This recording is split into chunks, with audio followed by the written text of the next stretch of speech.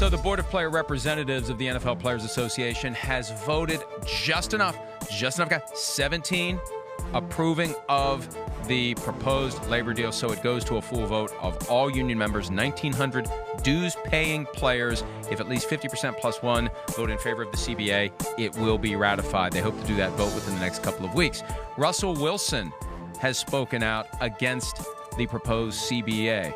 Said Wilson on Twitter on Wednesday, the NBA and MLB are doing it right. Players come first. All NFL players deserve the same. We should not rush the next 10 years for today's satisfaction. I vote no. Now, Josh, what's interesting about comments by players like Russell Wilson, and we'll get to Aaron Rodgers, but Russell Wilson and J.J. Watt aren't involved in union leadership. When star players do a drive-by and a kind of a vague no without any specifics, and Russell Wilson really had no specifics there. If you're not involved in union leadership, the guys who are get upset because they're the ones who have been in the negotiating sessions. They were in Miami Super Bowl week for their meetings there to discuss the deal. They were in L.A. the following week. They've done the work. Here. Some of them put in 10 hours on Tuesday. Right. They get upset, and if anything, it galvanizes those guys to get the word out as to why they did what they did. It upsets them. They feel like they're being challenged and they're being disrespected. So I, in a weird sort of way, it actually helps the process of ratification to have these star players kind of recklessly say no, because it forces the guys who did the deal to work harder to sell it. So is it just saying no for no's sake, that we need to delay this process so it actually seems like we're putting up a fight, that we're not just succumbing to whatever power the owners are putting in front, and so we can't just seem feeble and weak and take whatever deal that they're putting on the table right now? I think the worst thing both sides did from a PR standpoint was when this all first came up 4 weeks ago, that the NFLPA was getting together to talk about this deal. Both the NFL and the NFLPA should have made sure more people in the media understood that they've spent 10 months negotiating and they have reached an agreement that the negotiating teams are comfortable with. Now they have to sell it to their clients. And the NFL has bought it, and they're working through the process of the NFLPA buying it. But you've got too many people who are like, oh, this is the first offer. You never take the first offer. No, this isn't the first offer. This is the product of 10 months of negotiation, and there is a mutual understanding and belief among the negotiators that now is the time to do the deal, because you do the deal now, you do the new TV deals now, the overall pot that you're sharing is bigger. There's two deals for the NFLPA to think about: what they do with the league and what the league can then do with the networks. And if you're willing to roll the dice on the possibility that the TV deals will be the same next year, then you can push to try to get a bigger deal with the union.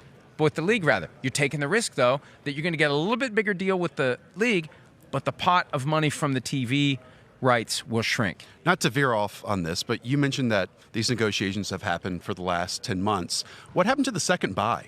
I mean, the second buy seemed like it had been mentioned for the last 10 months. Second buy, second buy. Here's why second buy is a problem. The networks don't want the second buy. Networks don't. And Mark Murphy, the Packers CEO, told me this last July when he was the first one to really crystallize 17 as a possibility. I've been saying for years, let's screw 18. Let's play 17. Mark Murphy came out at the shareholders meeting they do every July and started talking about 17. I got him on the phone after that, not to name drop. I mean, but it's true. It's true. It's live. Not to brag. It's true.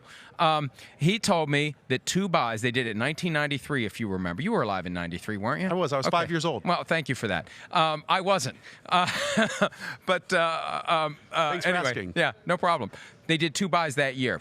And the networks don't like it because what you do is when you add in that second buy, Josh, you're going to have some weekends when you look at the slate of games and it's like, not really good games here because you're taking a full week and sucking it out of the other schedule. The networks want to have that more robust weekly schedule. They don't want to have two buys. I guess I always assumed that the 17 games came with two buys, though. Yep. Because right now, what else do the players have to give up? And I understand that this is going to be one fewer preseason game. That's always been the hook. 3 preseason games, 17 regular season games, and still one bye. And I know the focus is only on the next 10 years, but what about the 10 years after that? And a lot of these players, 18. None of these 18. players. That's what happens. But then, I mean, the players have nothing else. Once you go to 17, then it's to 18, so on and so forth. And obviously these players aren't going to be involved most likely in 10 years. But that's my concern for them, that they've just not received enough. And obviously they've been going on these negotiations for so long. I just don't understand how it's changing all in favor of the league side. Here's the question, though. What is your leverage, and are you willing to use it? Yeah. There are tools available to a union under the federal labor laws, you can let the contract expire and you can go on strike. And we've seen in the past what happens when NFL players go on strike. The league replaces them, the players eventually cave, and they show up. And that's that. And we're talking, see, I explained this over the weekend in a couple of different posts I wrote about how the NFL is so different than a normal union situation, like a factory, right? A factory shuts down for 4 weeks. None of the workers in that factory had a lifelong dream of working in that factory. And the money that goes away when you miss weeks of pro football, it doesn't come back. When you reopen a factory after 3 or 4 weeks, everybody gets overtime. They got to catch up on the orders. You actually may come out of it with more money than you would have had if you hadn't had a strike. That money for an NFL player is never coming back. And it's so much money. Look, how do you go from a weekly check of $500,000 or $200,000 or $100,000 to nothing? You've got obligations. Your lifestyle has evolved to match that revenue, and all of a sudden you've got nothing. It's going to be a lot easier for a guy who's making $25 an hour to go to zero. Even if you don't have savings, it's easier to scrap together what you need from friends and family and strike fund or whatever. You need a hell of a strike fund, and they've been setting royalty money aside for the past couple of years. It's still not going to come close to giving these guys what they need. I remember back in 2011, guys like Bryant McKinney went out and got these ridiculous loans with 20+% interest just during a lockout that didn't even wipe out any games. So that's the concern. Can they stay away? Will they stay away? And if you're not willing to use that piece of ultimate leverage, it makes it harder to get the best possible deal. And I guess the timing always stood out to me, too, because, again, we've heard these rumblings for months and months and months, but then it just seemed like overnight that it was super close, that deals were on the table. But ultimately, and all the signs point to this, it's just due to television, is it not? TV, yeah. And look, the specifics are not yet out there because the negotiations haven't begun. But my understanding is we're talking about, under the new TV deals, an extra $100 million per team per year. That is a reasonable expectation. And that's a year from now, though. So they want this to already be in place so they can say, hey, we are going to work for 10 years, so let's do these long television deals. The deal's going to be in place. You're using labor peace as the carrot to get these long-term deals.